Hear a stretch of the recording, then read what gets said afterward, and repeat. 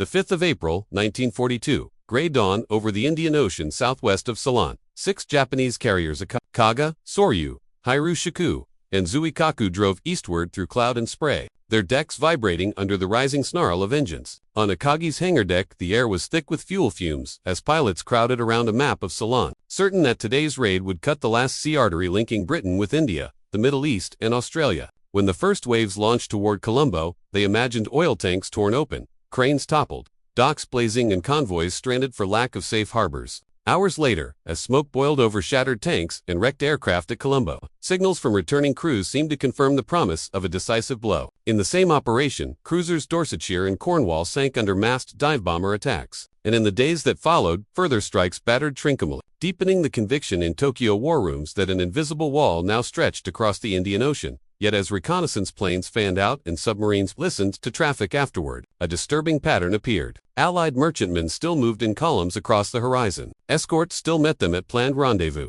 and intercepted signals still pointed to ships bound for Melbourne and Suez. The realization that this carrier strike had bruised, rather than broken, an Allied lifeline turned triumph into baffled curiosity. And to understand why those convoys kept crossing two oceans, we must turn to the years when the routes were patiently built. Late 1930s. As storm clouds gathered over Asia and Europe, planners in London and Washington were already studying maps that stretched from the Persian Gulf to Sydney, convinced that if Japan pushed southward, Australia would become the last stable platform for Allied counteroffensive. In 1939, when most of the world still thought in terms of imperial trade and colonial shipping, British logistics officers quietly strengthened the chain linking the Middle East to the Indian subcontinent. Depots at Busra on the Shat Al Arab warehouses along the sprawling docks of Bombay, and expanded storage facilities at Colombo on Ceylon were designed to handle peacetime commerce. Yet they were laid out with the foresight to receive, sort, and relay far greater wartime tonnage. Even before the fall of France, Royal Navy staff noted that these nodes formed stepping stones that could one day feed a flow of ships bound for Fremantle on Australia's western rim,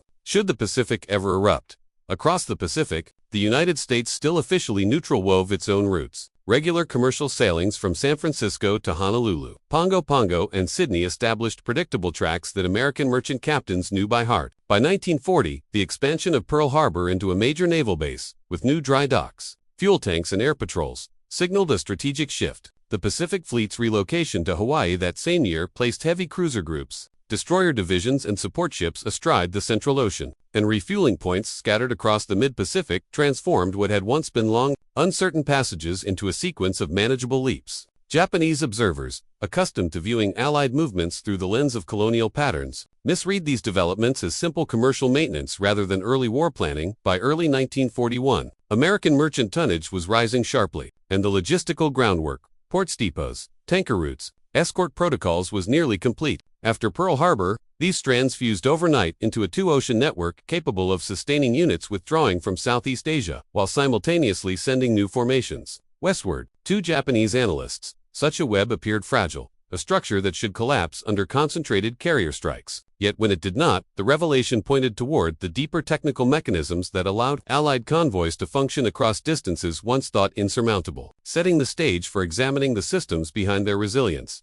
In the months leading into 1942, the Allied convoy system revealed itself not as a hurried wartime invention, but as a multi-layered machine built to withstand hard blows without stopping the flow of men, fuel, and material. Merchant ships, low blunt-prowed vessels whose 8 to 10 knot cruising speeds made them easy prey, were grouped into convoys whose strength came from organization rather than speed. Their protection rested on escorts drawn from both navies, British destroyers and Indian Navy sloops in the Western Ocean, and American destroyers, corvettes, and converted patrol craft in the Pacific. Many carried the new Type 271 radar or earlier surface search sets that, though limited in range, provided a crucial edge in night detection, giving escorts the chance to pounce before submarines closed to torpedo distance. In the Pacific, convoys stepped forward from California to Hawaii, where Pearl Harbor served as a massive sorting hub. Ships from San Francisco or Los Angeles arrived in columns, then lingered just long enough for escort groups to be reshuffled according to intelligence updates. From Hawaii, the lines diverged, some bound for Fiji to supply garrisons along the long arc toward Samoa, others pushing through New Caledonia toward Brisbane, and still others steering the most direct path toward the Coral Sea. Each route was flexible, constantly adjusted to meet submarine sighting reports or sudden weather shifts across the Indian Ocean. The pattern mirrored this system but ran through Bombay, Karachi, and the British Eastern Fleet. freighters formed their columns along the western rim of the ocean, then met escorts near Ceylon before slipping south into the emptiness beyond Diego Garcia, where the sea lanes bent toward Fremantle. What puzzled Japanese intelligence officers was not that these routes existed, but that they operated simultaneously. A ship delayed by mechanical trouble in the Pacific might be reassigned to a convoy mustering in the Indian Ocean. A freighter forced to divert around a threat across the Bay of Bengal could still rejoin the flow along another corridor.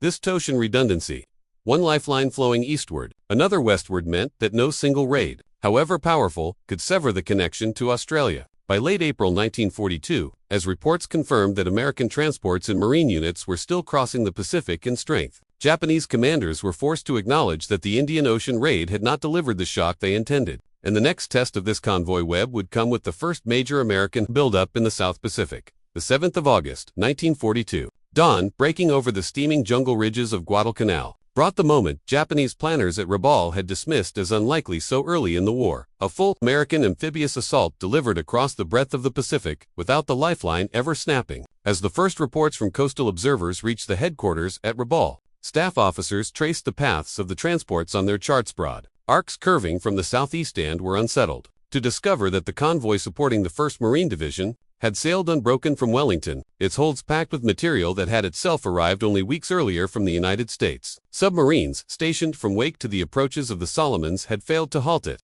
and signals analysts noted with disbelief that the escorts had shifted seamlessly between outer and inner screens throughout the voyage, suggesting a level of planning deeper than expected. The landing at Guadalcanal became, in effect, the first field test of the two-ocean structure. Supplies poured into Wellington by Pacific. Freighters were fed directly into the ships that now unloaded at Lunga Point. Behind them, a second tier of logistics stretched back to Pearl Harbor, where storehouses and tanker berths supported a constant pulse of traffic. And beyond that lay the long arterial line to California. But what troubled the Japanese most was the faint but unmistakable thread leading from the other direction: cargoes that had entered Australia by way of the Indian Ocean, slipping across from the Fremantle approaches and then moving north, along the Australian coast before turning east toward the Coral Sea. Individually, these shipments were modest: fuel drums, spare parts for engineering units, but combined with the Pacific convoys, they sealed the Marines' foothold through the bitter months that followed. As nightly Tokyo Express destroyer runs attempted to starve the Americans, and as bloody clashes at Savo Island, Cape Esperance and Tassafaranga sought to isolate the beach, Japanese officers watched with growing frustration. Transports still appeared on the horizon. Warships battered in earlier actions were replaced by units rotating down from the Central Pacific. Australian coastal convoys kept the final leg of the chain alive, ensuring that shortages never reached the breaking point. By late 1942, the realization had sunk in.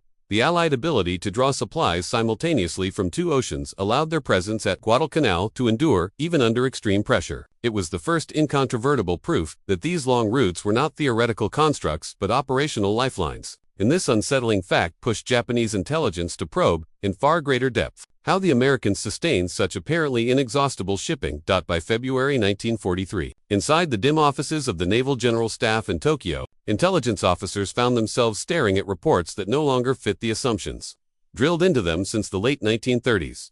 Submarine patrols off Australia's east coast had filed their usual tallies on occasional freighters struck by torpedoes, a tanker damaged, a transport forced to beach itself, but alongside these successes came an unnerving pattern. New merchantmen appeared almost as quickly as the old vanished. Patrol logs noted convoys forming off Brisbane and Sydney at intervals that suggested not a shrinking shipping pool, but one that was somehow expanding, even under pressure. For a navy that believed attrition would erode the Allied lifeline to Australia, the steady rhythm of replacement ships read like a contradiction. Signals from the Central Pacific deepened the confusion. Radio intercepts near Hawaii revealed American escort groups shepherding convoys westward in numbers that exceeded every pre-war estimate of U.S. carrying capacity. Japanese planners, who had studied American tonnage tables from the 1930s, had expected gradual attrition to strain the enemy's ability to protect supply lines. Instead, the radio traffic implied that U.S. Navy escort divisions were multiplying, not dwindling, and that convoy departures from Pearl Harbor were increasing month by month. Two intelligence officers trained to believe that decisive naval air power could rupture any logistical chain. These signals seemed almost implausible. The Indian Ocean picture was even more disorienting. Despite the heavy blow Japan had dealt at Ceylon in April 1942, British traffic through Colombo and Bombay not only persisted but grew. Reports hinted at new Eastern Fleet escorts, larger convoys rounding Cape Town with American destroyers folded into their screens, and merchant sailings that maintained a tempo Japan had assumed impossible after the raid. Charts pinned to the walls in Tokyo showed two arterial flows, one from the Pacific, one from the Western Ocean, each able to absorb losses by redirecting traffic into the other. Confidential memos circulating among senior analysts captured the dawning realization: American shipyards were replacing lost tonnage faster than Japanese submarines could sink it, and the Allied routing system possessed a redundancy Japan lacked the resources to emulate. The data pointed to a logistical elasticity that defied every expectation of attritional warfare, and its implications stretched far beyond Australia. As planners sifted through these findings, they slowly recognized that the next clash emerging in New Guinea would again draw strength from this two-ocean supply network whose reach Japan had chronically underestimated. By mid-19, the convoys that Japan struggled to disrupt were being fed by an industrial engine whose size and momentum could not be observed directly from any submarine periscope or signals intercept. On the far side of the Pacific, across thousands of miles of water, and beyond the horizon of every Japanese scout plane, American shipyards had entered a phase of expansion unprecedented in maritime history. Emergency legislation, new slipways, and round-the-clock labor transformed coastal cities into assembly lines of steel. Liberty ships standardized 10,000-ton cargo. Vessels built from prefabricated sections slid into the water at a pace that stunned even the managers running the yards. By war's end, more than 2,700 would be completed, and by late 1942, some units were being assembled in roughly 40 days. Each hull that entered service erased the blow of a submarine sinking. Each new ship restored a convoy's strength before the loss could ripple through the system. Alongside these merchantmen came the escorts that made the two ocean routes viable. The U.S. Navy commissioned waves of destroyer escorts, designed specifically for anti-submarine warfare, compact vessels armed with Hedgehog mortars, depth-charge racks, and increasingly reliable sonar. These ships formed protective rings stretching from San Diego and Seattle to Pearl Harbor, then onward through the Central Pacific into the supply arteries feeding New Guinea. Their arrival in growing numbers meant that even when Japanese submarines inflicted damage, the convoy screens regenerated faster than they were depleted. The Commonwealth's contribution, though smaller in scale, was equally vital. British India became an industrial hub, turning out trucks, aircraft parts, and medical supplies that entered Indian Ocean shipping circuits and reduced the strain on trans-Pacific cargo. Australian dockyards, operating with a mix of local labor and American assistance, grew adept at repairing damaged transports and warships, sometimes turning vessels around in weeks rather than the months once expected. These regional capacities shortened recovery times and reinforced the redundancy that Japanese planners found so difficult to quantify. Japanese intelligence glimpsed only fragments of this surge. Occasional reports of expanded slips in Baltimore, rumors of merchant contracts along the Gulf Coast, intercepted references to new escort divisions forming at Atlantic and Pacific bases. From these fragments they tried to estimate Allied output, but the scale always exceeded their calculations. The reality was that losses inflicted in one ocean barely registered before being replaced by new holes launched in another. This imbalance shaped the battlefield in New Guinea throughout 1943, where the American-Australian offensive at Gona and along the Huon Peninsula drew from a logistical reservoir Japan could not match. That campaign would become the next and most vivid demonstration of how industrial depth translated into operational reach across two oceans. January 1943. As choking humidity settled over the jungled coastline of Papua, the Allied advance on Buna and Gona began to reveal the true power of the logistics network Japan had failed to disrupt. American and Australian infantry, fighting through swamps that swallowed vehicles and trails that turned to liquid under monsoon rain, depended on supplies that had traveled farther than any frontline soldier could easily imagine. Ammunition, rations, signal wire, medical kits, and engineering tools originated in American ports, crossed the eastern Pacific to Brisbane or Townsville in steady convoys, and then filtered northward in smaller coastal formations or by laboring transport aircraft that clawed their way across the Owen-Stanley barrier. The slow, grinding tempo of operations at Buna masked the vast industrial and nautical machinery sustaining them, a machinery that remained intact despite every Japanese attempt to sever it. Simultaneously, the western half of the system fed the same front, Indian Ocean cargo fuel, in drums, medical stores, replacement truck parts, and workshop equipment reached Fremantle, Melbourne, or Sydney after passing through Colombo and Bombay. From those cities, it was routed into the same Australian distribution network carrying Pacific cargo northward.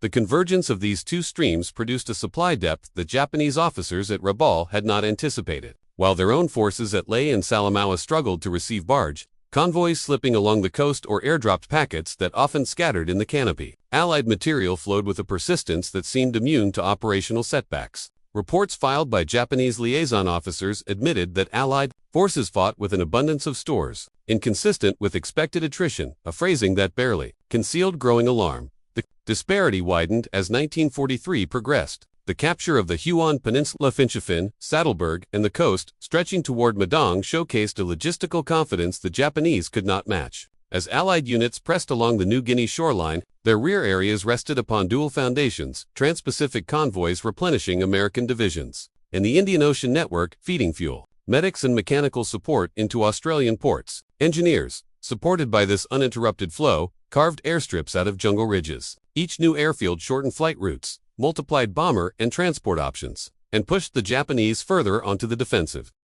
Intelligence summaries reaching Tokyo in late 1943 captured the shift. Analysts noted that Allied logistics no longer hinged on any single harbor, convoy, timetable, or oceanic corridor. When ships were lost to submarines in the Western Pacific, throughput increased via Indian Ocean ports. When delays struck the Australian coastal lanes, fresh freight arrived from Pearl Harbor or the U.S. West Coast, this flexibility appearing in charts as small adjustments but in practice amounting to a massive structural advantage, proved that the two-ocean system was no mere contingency plan. It was a fully functioning global supply architecture, tested under fire and capable of supporting multiple offensive fronts simultaneously. By the time preparations began for the Central Pacific thrust later in 1943, the lesson was clear even to Japan's most optimistic planners. The Allied convoy web had survived its harshest trial in the jungles of New Guinea, and its next demonstration of strength would unfold across the Gilbert Islands, beginning at Tarawa. November 1943, as the lagoon around Betio flickered with the flashes of naval gunfire. The Japanese defenders of Tarawa confronted not only the ferocity of an American assault but the invisible weight of the logistics that had delivered it. The Marines who stormed the reef had drawn their weapons, rations, and ammunition from enormous depots along the U.S. West Coast.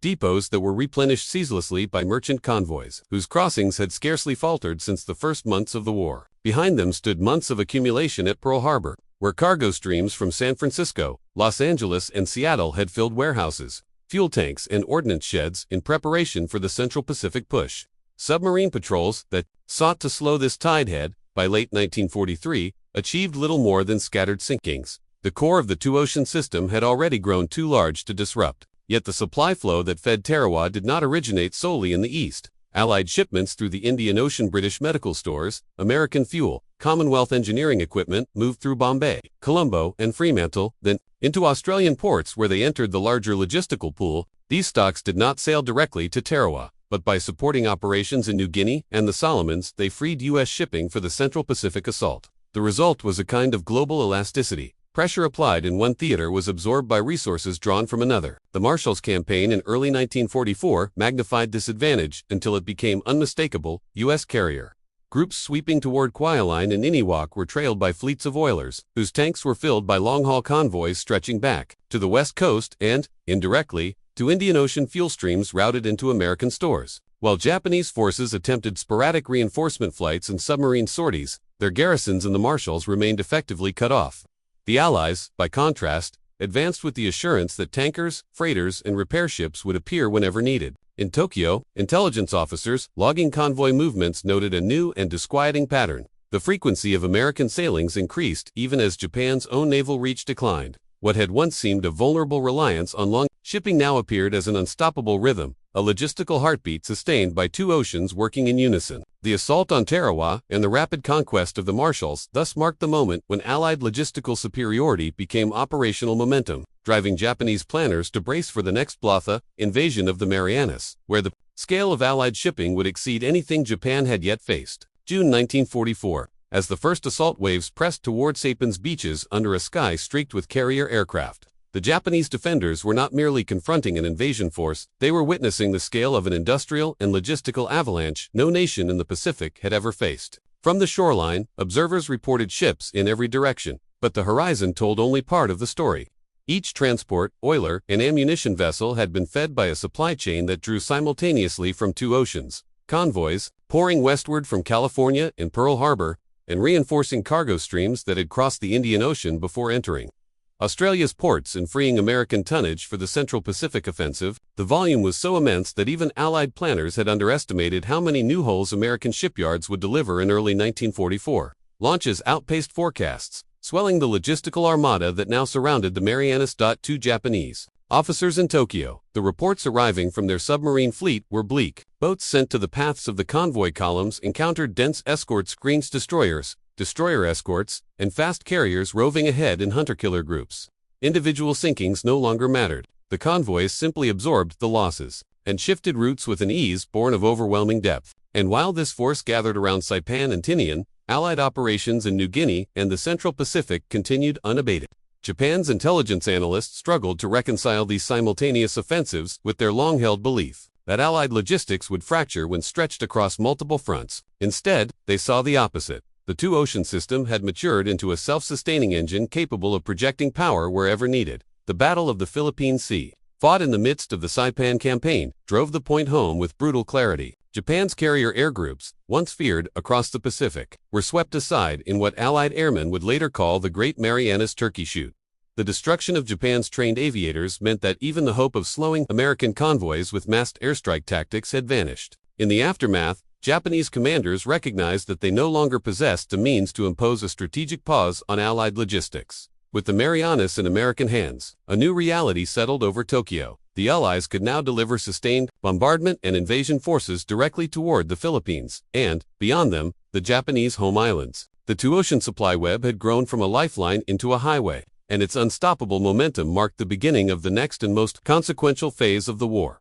October 1944, as Allied transports assembled under the brooding skies of Leyte Gulf. The liberation of the Philippines began not only with the landing craft pushing toward the beaches, but with the massive invisible convergence of two logistical streams that Japan had spent years trying and failing to sever. The convoys feeding General MacArthur's return originated in the foundries and depots of the American West Coast, traveled across the Pacific through Pearl Harbor, Manus, and Hollandia, and entered the archipelago with a momentum that reflected months of uninterrupted buildup. Their holds carried everything from aviation, gasoline, to radio sets. Their escorts drawn from a U.S. Navy whose destroyer and destroyer escort strength had swelled beyond anything Japanese planners had projected. Yet this was only half the system. A secondary but vital floorcraft components, medical stores, fuel drums, and engineering gear had crossed the Indian Ocean to Australian ports, where it was folded into the larger supply network moving northward. By the time these streams met off Leyte, Japan could not meaningfully threaten either origin. The consequences became stark within days of the landings. The Battle of Leyte Gulf, Japan's desperate attempt to disrupt the invasion, ended with the crippling of its remaining surface power. Battleships battered beyond repair, cruisers sunk, and carrier air groups effectively annihilated. With their fleet shattered, Japanese commanders no longer possessed the means to challenge the convoys pouring into the archipelago. Submarine warfare, once viewed as a potential equalizer, proved equally futile. American hunter-killer groups, armed with advanced sonar, radar, and refined anti-submarine doctrine, forced Japanese submarines into defensive postures, reducing their attacks to sporadic, ineffective strikes far from the main shipping lanes. On land, the contrast was even sharper. Allied troops advancing through Leyte's mountains and Luzon's plains fought with the assurance of reliable resupply ammunition and rations arriving in calculated intervals. Fresh units rotating forward, and airfields stocked with spare engines and fuel. Japanese garrisons, cut off from reinforcement after the destruction of their transport fleet, deteriorated rapidly. Hunger, disease, and ammunition shortages hollowed out formations that could no longer maneuver or counterattack at scale. Their collapse from logistical starvation mirrored the collapse of Japan's broader strategic outlook. The two-ocean system had ceased to be merely a protective network. It had become a force multiplier that enabled the Allies to wage simultaneous offensives, stretching from Burma to the Central Pacific without slowing their advance toward Japan.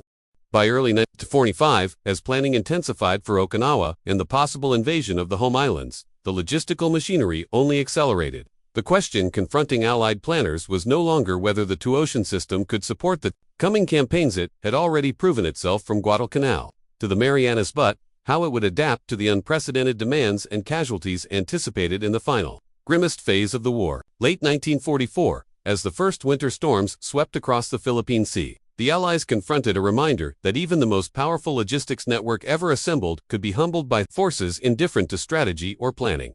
A massive typhoon roared across the convoy lanes, scattering merchantmen and warships alike. Some vessels rolled too dangerous angles, cargo shifted in holds, radio masts snapped, and a handful of escorts limped toward Ulithi for emergency repairs. For several tense days, the ocean routes feeding the Philippines dissolved into chaos, exposing a truth long understood by veteran mariners. the Pacific itself could be as formidable an adversary as any fleet. When the seas finally calmed, delayed convoys had to be reassembled, damaged hulls inspected, and tanker schedules rewritten, straining a system already stretched by the demands of Luzon. In the coming assault on Okinawa. Fuel quickly became the most sensitive pressure point. The Pacific Fleet, operating at a tempo unmatched in its history, consumed staggering quantities of oil. When long-haul tankers encountered congestion in mid-ocean rendezvous zones, brief shortages emerged, not catastrophic, but sharp enough to prompt urgent adjustments. Admirals worried that if the strain continued, fast carrier groups might be forced to reduce flight operations. Yet the response demonstrated the same elasticity that had carried the Allies from Guadalcanal to the Marianas. Additional liberty,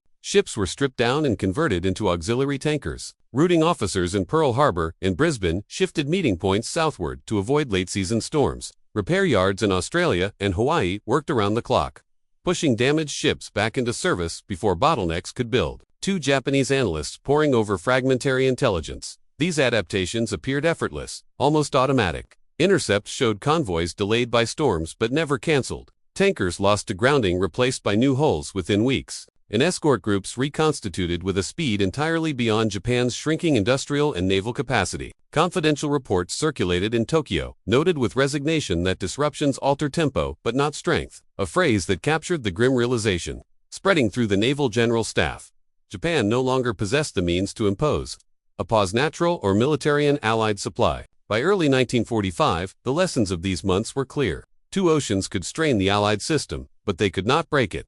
The ability to flex under typhoon winds, fuel surges, and overlapping campaigns allowed the United States and its partners to sustain an operational tempo without historical precedent, pressing simultaneously toward Okinawa while long-range bombing tightened its grip over Japan. Ahead lay the final demonstration of this logistical power and effort, whose scale would define the closing chapter of the Pacific War. August 1945. As Japan's high command sifted through the wreckage of a war now unmistakably lost, a stark truth emerged from the accumulated reports, convoy logs, and intelligence files spread across their conference tables. The Pacific and Indian Oceans, once regarded as natural moats securing the empire's southern and eastern flanks, had never closed to the Allies. What had begun with confidence after the Indian Ocean raid of April 1942, when Japanese carrier pilots believed they had shattered Britain's last eastern artery, ended with the realization that the assault had inflicted no lasting strategic pause. For 3 relentless years, Allied convoys had crossed both oceans without a single interruption decisive enough to halt an operation, delay an invasion, or starve a front. The scale of what those supply lines carried only deepened the bitterness of the reckoning. Men, tanks, rations, aircraft engines, radar sets, and fuel. Millions of tons of material flowed in overlapping currents from California to Brisbane, from Bombay to Fremantle, from Pearl Harbor to the Marianas. Each campaign, from Guadalcanal jungles to the coral atolls of the Central Pacific and the sprawling battlefields of the Philippines, drew strength from a global system Japan never succeeded in bending to its will. No tactical victory could offset a logistical imbalance of such magnitude. Every submarine sinking was replaced by a new hull. Every disrupted convoy route was restored by rerouting through the other ocean. Every storm or battle that strained the Allied network prompted rapid adaptation rather than collapse. In the post-war briefings compiled by surviving staff officers, this became one of the clearest conclusions of the conflict. Sea power was not only fleets and battles, but the industrial capacity and organizational nerve to push supply across distances once considered prohibitive. And with that realization, the story curved back to April 1942, when the carrier striking force believed it had snapped the Allied lifeline, unaware that the convoys had already learned how to cross 2 oceans unbroken.